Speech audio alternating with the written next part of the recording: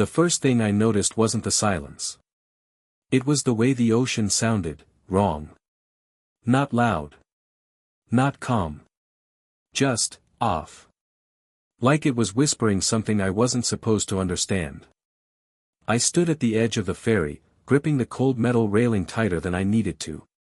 The island sat ahead of us, wrapped in fog that clung to its cliffs like it had nowhere else to go.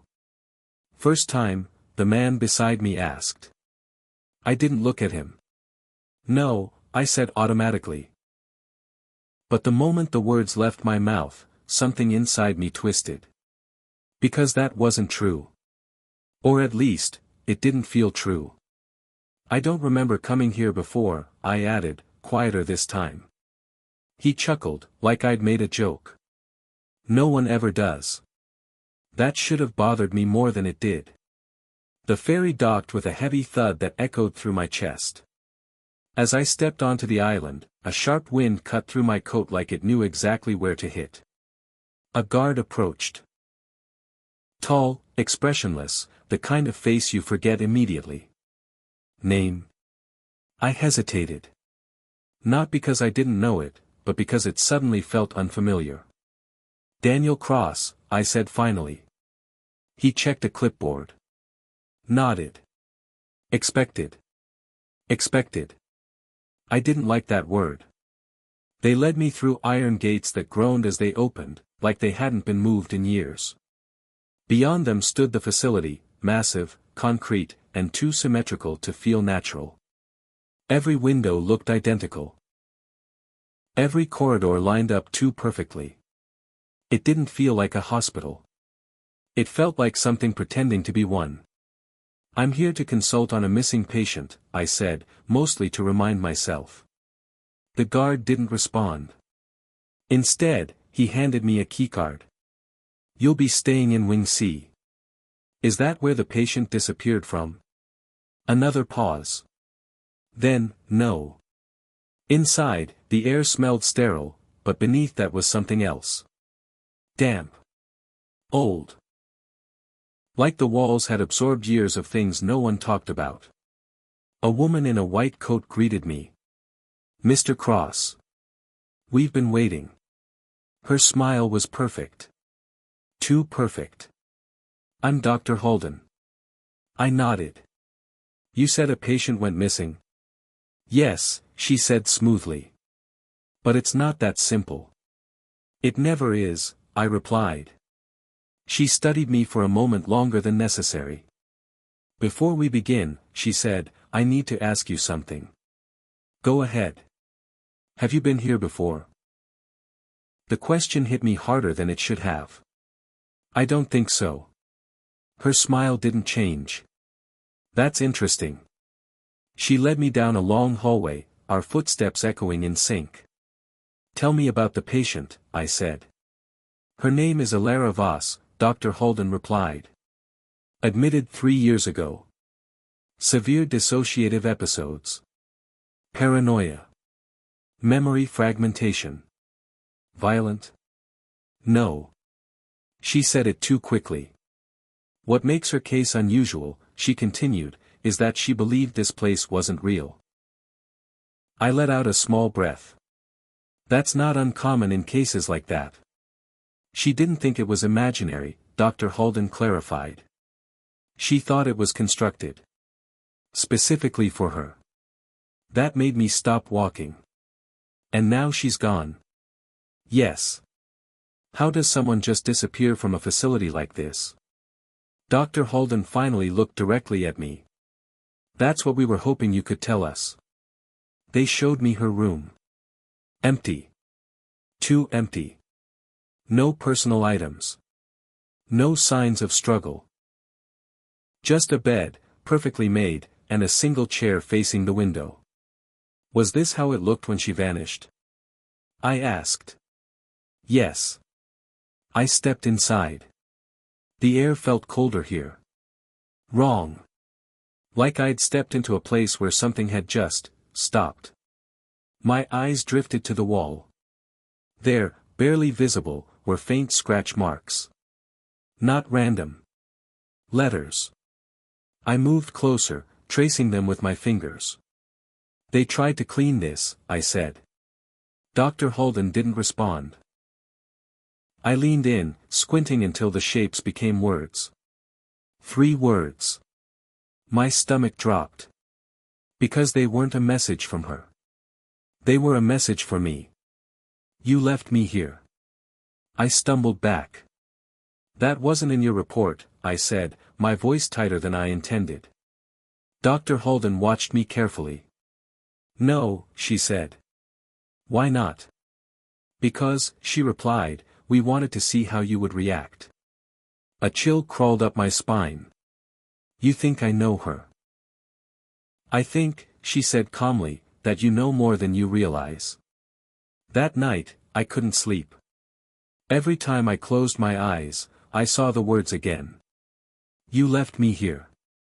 At some point, I must have drifted off, because I found myself standing in a different hallway. Darker. Older. The walls weren't clean. The lights flickered. And I wasn't alone. A voice echoed behind me. You came back. I turned slowly. A woman stood at the end of the corridor. I couldn't see her face clearly, but I knew. I knew it was her. Elara? I whispered. She tilted her head. No, she said softly. You just forgot my real name. I woke up gasping. My room was dark. Silent. But something felt off. I sat up slowly. And that's when I noticed it. The door. It was open. Just a crack. And on the floor, right at the threshold, was a small piece of paper. My hands trembled as I picked it up. There was only one sentence written on it. If you want the truth, don't trust them. And underneath it, a name. Not Elara Vos. Not Daniel Cross. A different name. One I should have recognized. But didn't. I didn't sleep again after that. Not really. I just lay there, staring at the ceiling, listening to the wind drag itself across the building like it was searching for a way inside. Every sound felt intentional. Every creak, deliberate. And that name. That name on the paper. It kept repeating in my head like a word I almost understood. But not quite. Morning came without light. The fog had swallowed everything. Even the ocean was gone, just a blank, shifting gray beyond the windows. I folded the note carefully and slipped it into my pocket before leaving the room. Something told me not to mention it. Not yet. Especially not to Dr. Holden. She was already waiting for me in the main corridor, like she knew exactly when I'd step out. Sleep well? She asked. Not particularly. She nodded, like that was expected. I'd like to continue the evaluation today, she said. There are parts of the facility you haven't seen. Before that, I said, watching her closely, I want access to all patient records. Including Elara Vos. There was the slightest pause. Barely noticeable. But it was there. Of course, she said smoothly. We believe in transparency here. That made one of us. The records room was colder than the rest of the building. Not just in temperature. In feeling. Rows of cabinets stretched along the walls, each labeled with numbers instead of names. Why numbers? I asked. Names can be misleading, Dr. Holden replied. I didn't like that answer. She handed me a file. Thin. Too thin. Elara Vos, she said. I opened it. Inside were only a few pages. Intake notes. General observations. Nothing detailed. Nothing personal. 3 years. I said. This is all you have on her. We keep sensitive material in restricted archives. Then I want access to those. That won't be possible. I looked up at her. Why not?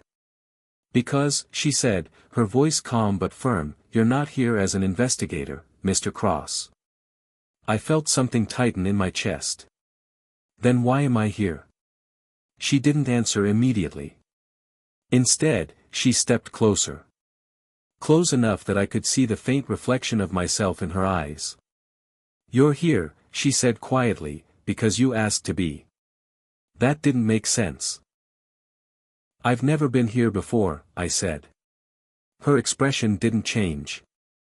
Haven't you? I left the records room with more questions than answers. And a growing certainty that I was being managed. Not helped. Managed. I needed to find someone who wasn't part of this system. Someone who didn't speak in rehearsed sentences. That's when I met him. He was sitting alone in a common area, staring at a chessboard with no opponent. The pieces were arranged incorrectly. Like someone had tried to set up a game from memory and failed. You're new, he said without looking at me. Is it that obvious? No one else walks around like they're looking for exits. I sat across from him. Mind if I join you? He shrugged. Doesn't matter. The game's already broken. Up close, I noticed his hands. They were covered in faint ink marks. Numbers. Written over and over again. Who are you? I asked. Depends who's asking. Daniel Cross. He finally looked at me. And for a second. Just a second. Something like recognition flickered in his eyes. Then it was gone. That's not your name, he said. I felt my pulse spike. You don't know me. I know patterns, he replied. And you don't fit yours. That doesn't mean anything. It does here. He leaned forward slightly. Let me ask you something, he said. Go ahead. When you got here, did anything feel familiar? I hesitated. Because the answer was yes. But I didn't want it to be. No. He smiled faintly. First mistake. I pulled the note from my pocket and slid it across the table. His eyes dropped to it. For the first time, his expression changed completely. The calm disappeared. Replaced by something sharper. Where did you get this? He asked. It was left in my room. He looked up at me. Then you're already part of it. Part of what? He didn't answer directly. Instead, he tapped the name written at the bottom of the note. You really don't recognize this? No. You should. Silence stretched between us. Then he did something unexpected. He flipped the note over. And wrote something on the back. Quickly. Like he didn't have much time. Then he slid it back to me. Don't let them see that, he said. See what? Either side. Before I could respond, 2 guards entered the room. Their presence shifted everything. The man leaned back in his chair, his expression going blank again. Like a switch had been flipped. Mr. Cross, one of the guards said. Dar. Halden is looking for you. Of course she was. I stood slowly, slipping the note back into my pocket. As I turned to leave, the man spoke again, soft enough that only I could hear. You're not here to find her, he said. You're here to remember why you can't. That sentence followed me all the way back down the corridor. When I finally had a moment alone, I pulled out the note again. Carefully. Slowly. I turned it over. And read what he had written. My breath caught. Because this time. I recognized the name. Not as someone else. But as something buried. Something, mine. A memory surfaced. Fragmented. Unstable. But real. A room. Bright lights. A voice asking me questions. Over and over again. State your name. And me. Answering something different. Not Daniel Cross. Never Daniel Cross. My hand started shaking. Because written on that paper, in hurried, uneven ink, was the name I had given in that memory. Elias Varn. I stared at it, my mind racing. Trying to reject it. Trying to hold on to the version of myself that still made sense. But deep down, something was already shifting. Because for the first time since arriving on the island, I wasn't asking who Alara Voss was. I was asking who I used to be. I didn't go back to Dr. Holden. Not right away. If she was telling the truth, if I had asked to be here, then either I had a reason, or I had been convinced I did. And right now, I didn't trust either version of myself. The name wouldn't leave me alone. Elias Varn. Every time I repeated it in my head, something shifted. Not a full memory, nothing clear, but pressure. Like something behind a locked door, pushing back. Trying to get out. I needed answers. Real ones. Not the kind that came with rehearsed smiles and controlled environments. Which meant one thing. I had to go somewhere I wasn't supposed to be. Wing C. I noticed it earlier on the facility map, barely labeled, tucked away at the far end of the compound. No patient listings. No staff assignments. Just a section marked restricted. The kind of place that doesn't exist unless it matters. Getting there wasn't as hard as I expected. That was the first red flag. No guards in the connecting hallway. No locked checkpoints. Just a long corridor that seemed intentionally empty. Like it was waiting for me. The deeper I went, the quieter it got. Not silent. Worse than silent. Because I could hear things. Faint. Distant. Like voices bleeding through walls too thick to carry sound properly. I stopped in front of a heavy steel door. No window. No handle. Just a keycard reader. My keycard. I hesitated. Because this didn't feel like access. It felt like permission. Still. I pressed it against the reader. A soft beep. Then. A click. The door opened. Inside, the air was different. Heavier. Warmer. And it carried a smell I couldn't ignore. Not decay. Not exactly. But something, used. Like a place that had seen too much.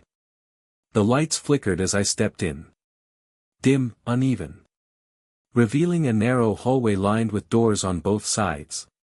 Each one numbered. But not in order. 3. 7. 2. 9. Like someone had scrambled them.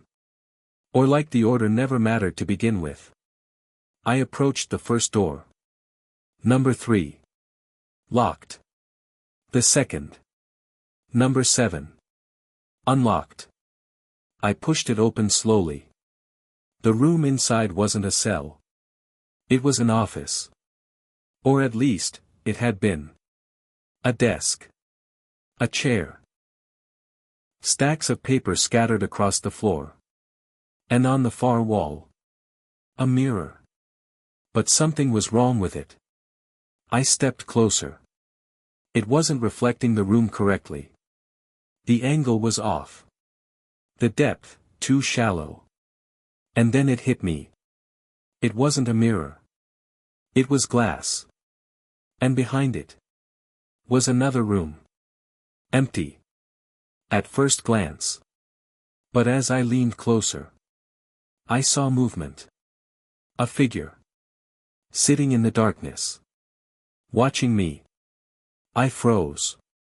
The figure didn't move. Didn't react. Just sat there. Still. Then, slowly. It leaned forward into the light.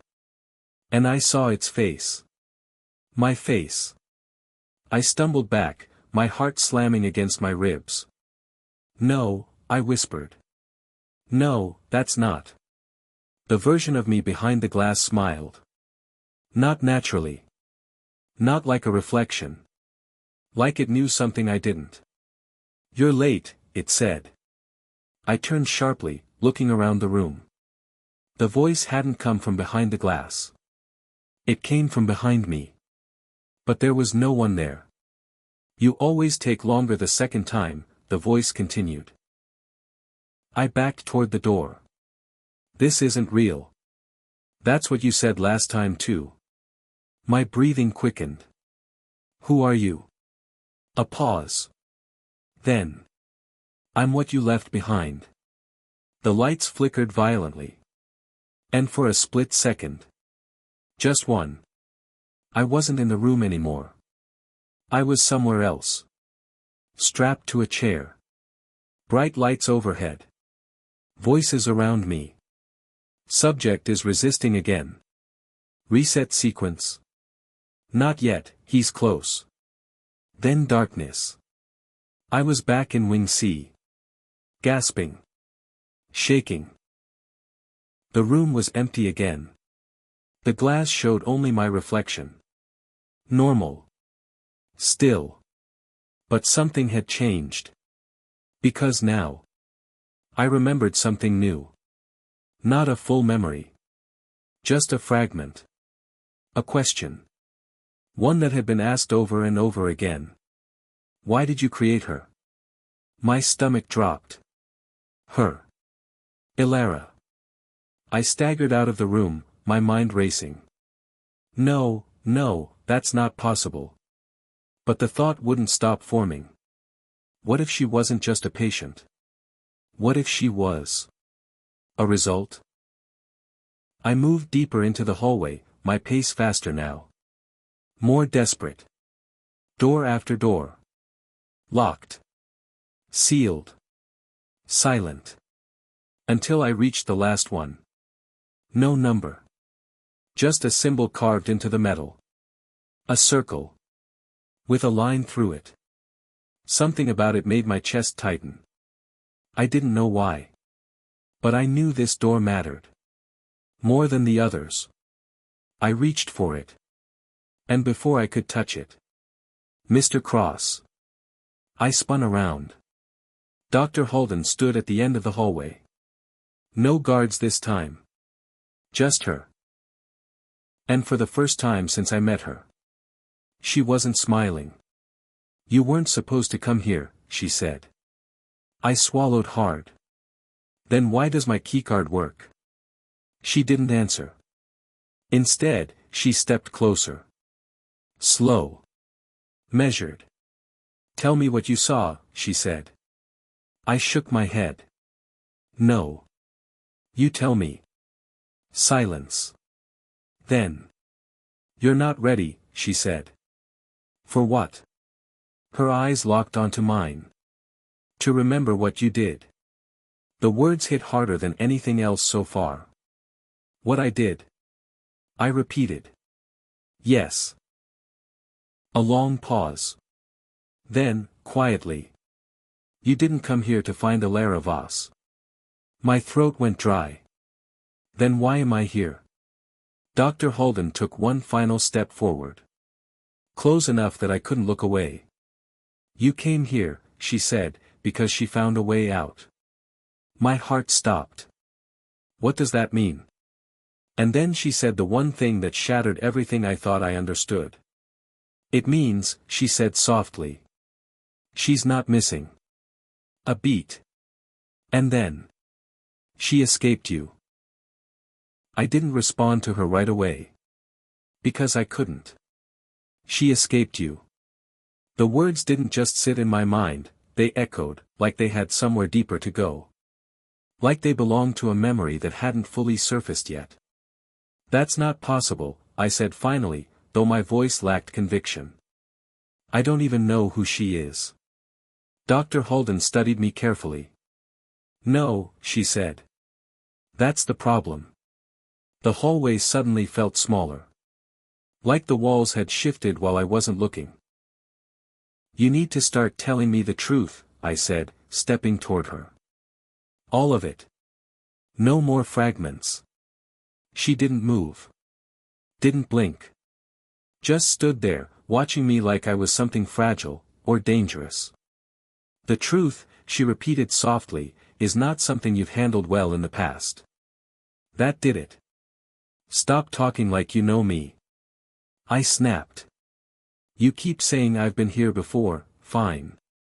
Then prove it. Show me something real. A long silence followed. Then, slowly, she reached into her coat pocket and pulled out a small device. A recorder. She pressed a button. Static filled the hallway for a second. Then a voice. My voice. I understand the risks. My entire body went still. The recording continued. If the integration fails, you are authorized to proceed with full reset. My breathing became uneven. No, that's not. Dr. Holden didn't stop the recording. I designed the architecture, my voice continued. I'll be able to navigate it better than anyone else. I felt like the ground had disappeared beneath me. You're not listening, I said, shaking my head. That's not me. That can't be me. She stopped the recording. Your name is Elias Varn, she said. The words hit differently this time. Heavier. Closer to something real.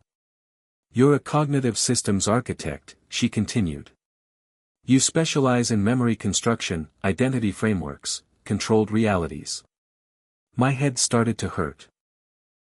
A sharp, splitting pressure behind my eyes.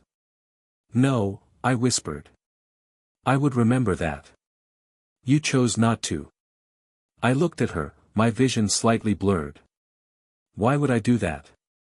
And that's when everything shifted. Because, she said quietly. You built this place. The world tilted.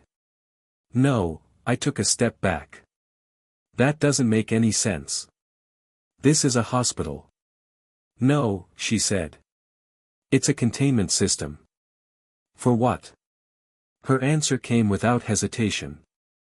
For you. I laughed. Not because it was funny. Because it was the only thing my brain could do to stop from breaking. That's insane, I said. You expect me to believe I built an entire island just to lock myself inside it? Not the island, she corrected. She gestured around us. The reality. Silence. The word didn't land all at once. It spread. Slowly. Like something seeping into cracks. There will be nothing left to come back to.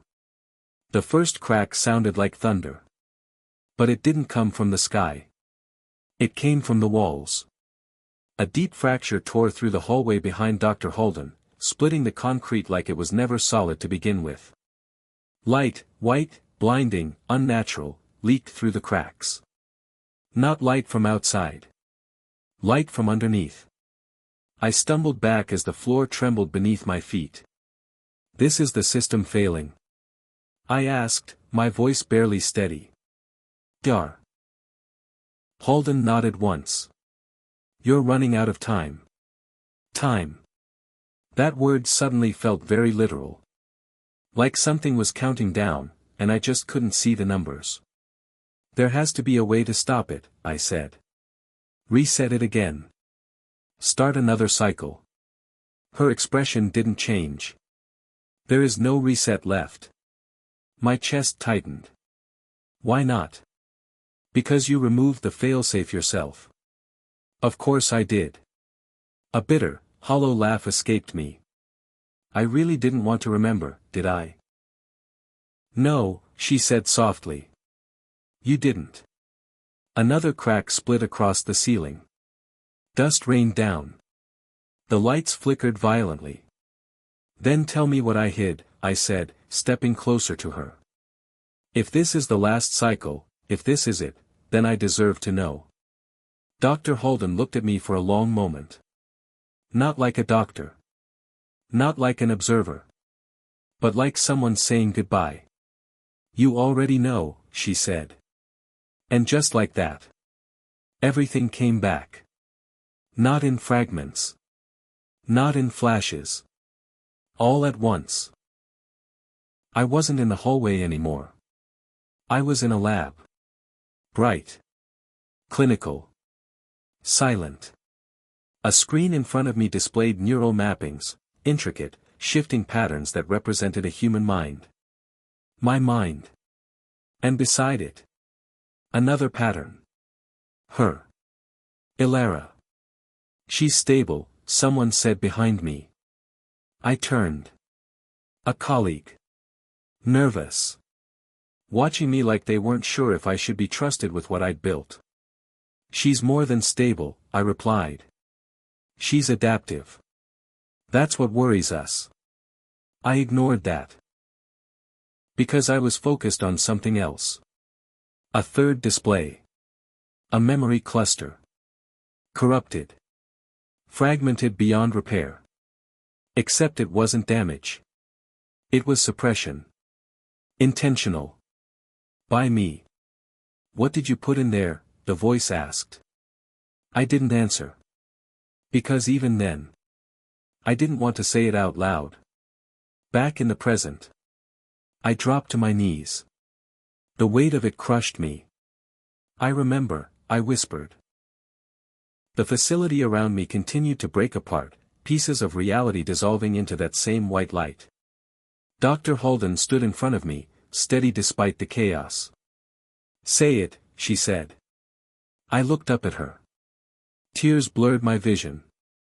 I wasn't trying to forget something I did, I said. A pause. I was trying to forget something I allowed. That was the truth. It wasn't violence.